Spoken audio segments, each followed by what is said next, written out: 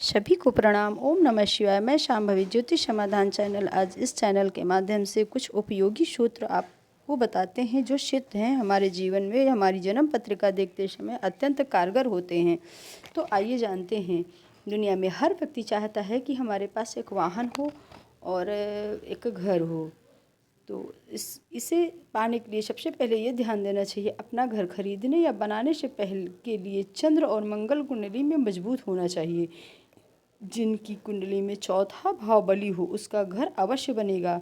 जितने बली ग्रह चौथे भाव पर होंगे उतने ही घर जातक के होंगे, लेकिन अगर राहु का प्रभाव चौथे भाव पर हो तो वह अपने घर का सुख नहीं ले सकेगा। हो सकता है घर तो आलीशान हो, लेकिन खुद सरकारी मकान में रहे शुक्र जितना अच्छा होगा घर उतना ही आलीशान होगा और भव्य होगा।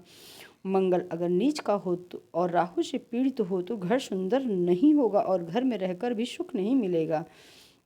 अगर राहु इंसान को चाहकर भी वाहन नहीं खरीदने देते हैं, शुक्र और चौथा भाव कमज़ोर हो तो सामर्थ्य होने के बाद भी इंसान वाहन नहीं खरीद सकता है।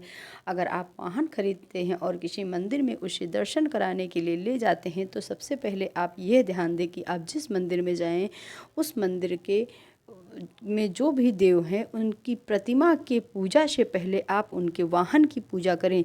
जैसे आप शिव मंदिर में गए हैं तो सबसे पहले आप नंदी की पूजा करें, फिर शिव की पूजा करें। आप गणेश मंदिर में गए हैं तो सबसे पहले आप चूहे की पूजा करें, फिर गणेश जी की पूजा करें। और अगर आप दुर्गा मंदिर में गए हैं तो सिंह की पूजा करने के उपरांत आप जो है माता की पूजा करने के बाद फिर वाहन को का ही उपयोग करें।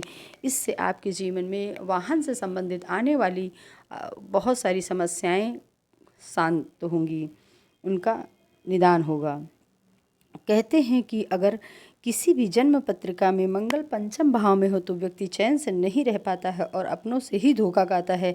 अगर गुरु और राहु की युति होती है तो व्यक्ति मुंह पर आलोचना बड़ों की करता है और अपमान भी करता है। मंगल का संबंध लग्न या लग्नेश से होने पर व्यक्ति पुरुषार्थी और पराक्रमी होता है। गुरु का लग्न या लग्नेश से संबंध होने पर स्वयं व्यक्ति ज्ञानी होता है और धर्मात्मा होता है। गुरु अस्त और वक्री होने पर पाचन तंत्र कमजोर एवं मोटापा अधिक होता है।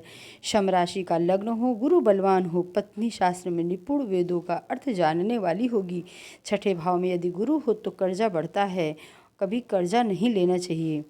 मंगल और राहु का संग व्यक्ति हमेशा अपने जीवन में मारक तत्वों के बीच में घिरा रहता है। दशमेश या अष्टमेश, दशमेश का अष्टमेश और द्वादशेश से संबंध होने पर व्यक्ति जन्म से दूर सफलता पाता है। सप्तम भाव से नवे भाव में अगर केतु है तो पति धार्मिक शारीरिक सुख की कमी होती है।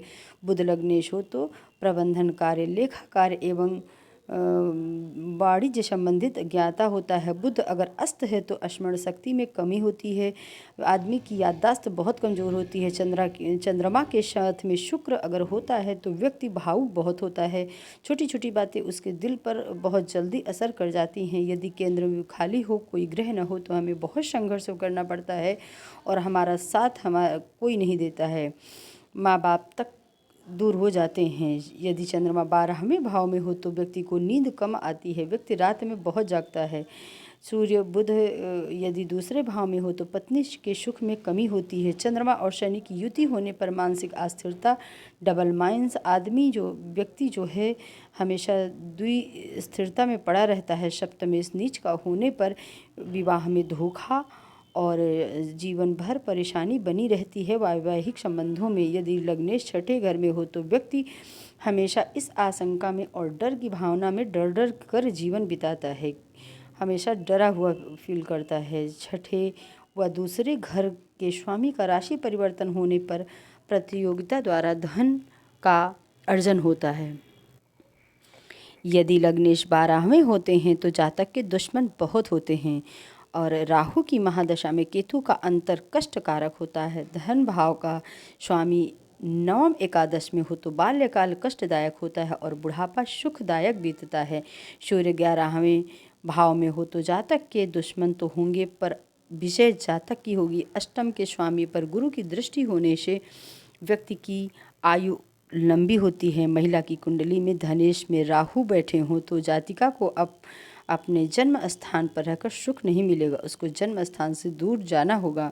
महिला की जन्म पत्रिका में सूर्य तीसरे भाव और शनि छठे भाव में तो वह महिला बड़े अधिकारी की पत्नी होती है। उच्च के शनि पर मंगल की दृष्टि हो तो वह वक्ता या नेता होता है। शुक्र एकादश भाव में हो तो विवाह के बाद धन का आगमन होता है। केतु यदि अष्टम में होता है तो व्यक्ति अचानक धन के स्रोत बनते हैं। शुक्र द्वादश भाव में अगर स्थित है और पीड़ित है तो ऐसे व्यक्ति को नींद कम आती है। शुक्र पाप ग्रहों से युक्त होकर द्वादश भाव में विराजमान हो तो व्यक्ति के नेत्र छोटे छोटे होते हैं। द्वादश स्थान पाँव का होता है। यदि द्वादश भाव द्वादश शेष गुरु तथा मीन राशि पर पाप प्रभाव युति अथवा दृष्टि द्वारा पड़ रहा हो तो मनुष्य के पाँव में चोट, रोग, कष्ट आदि अधिक होता है। यदि दशम भाव का स्वामी द्वादश भाव में विराजमान हो तो ऐसे व्यक्ति अपने जन्म स्थान से दूर रोजगार पाते हैं। नवम स्थान का स्वामी द्वादश भाव में विराजमान हो एवं चतुर्थ भाव पर राहु, केतु या क्रूर ग्रह की दृष्टि हो तो ऐसे व्यक्ति अपने जन्म स्थान से दूर निवास करते हैं और भाग्योदय जन्म स्थान से दूर ही होता है।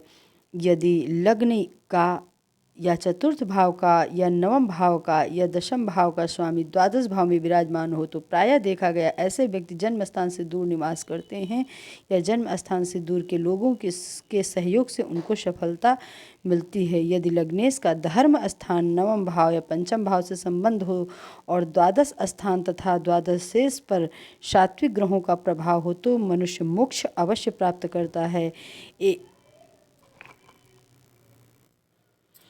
यदि शनि चतुर्थ भाव में हो तो जातक पुराने घर में निवास करता है और उसका घर बड़े बड़े पत्थरों द्वारा निर्मित होता है।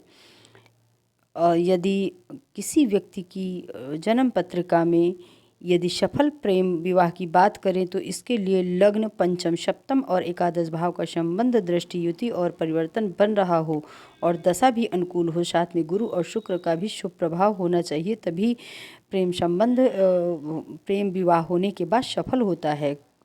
जन्म पत्रिका में ग्रह वक्री हो तब अच्छा फल देंगे, पर यदि पत्रिका में ग्रह अशुभ ग्रह हो, अशुभ स्थिति में होकर वक्री होंगे तब शुभ फल देते हैं। स्त्री जातक यदि तृतीय भाव में शुभ ग्रह बैठा है, शुभ ग्रह की दृष्टि है, शुभ ग्रह की राशि है तो आपके पति भाग्यशाली हैं।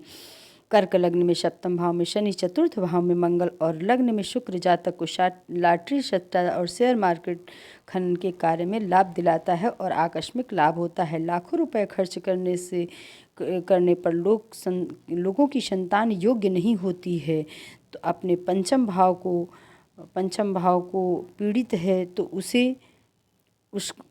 उसका ध्यान दें, उसके मंत्र जाप करें जिससे आपकी संतान योग्य निकले। सप्तम में शनि हो तो जातक जातिका अपने पति पत्नी के साथ धक्का मार जिंदगी जीते हैं। ऐसे जातकों को शादी नहीं करनी चाहिए, संन्यास लेकर प्रभु से अपने पापों की माफ़ी मांगनी चाहिए।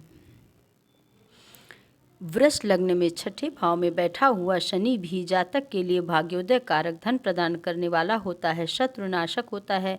व्यक्ति को नौकरों का सुख अवश्य प्राप्त होता है।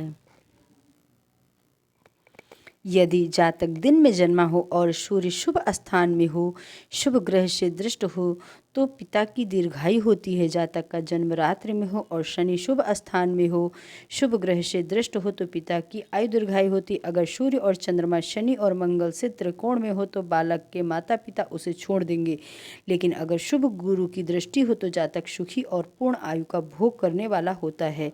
अगर शनि नवमेश होकर चर राशि में बैठे हों और कोई शुभ ग्रह न देख रहा हो, सूर्य भी पीड़ित हो तो जातक के को पिता के अलावा कोई और पालता है। सूर्य या मंगल नवम में हो और नवम भाव का स्वामी दो स्थान में या पाप कर्तनी में हो तो पिता अल्पायु होते हैं। अभी तक अनुभव में आए हुए और खुद के द्वारा प्रयोग किए हुए यह सूत्र हैं और ये अनुभव सिद्ध सूत्र हैं। आप सभी इनका अवश्य प्रयोग करें और अभी तक का वीडियो सुनने के लिए आप सभी को बहुत बहुत धन्यवाद। अगर आपको हमारी वीडियो अच्छी लगे तो आप लाइक कीजिए, कमेंट कीजिए, सब्सक्राइब कीजिए, जिससे ये होगा कि हमारे वीडियो की नोटिफिकेशन आपको सही समय पर प्राप्त हो जाएगी। धन्यवाद। मैं शांभवी, ज्योतिष समाधान चैनल।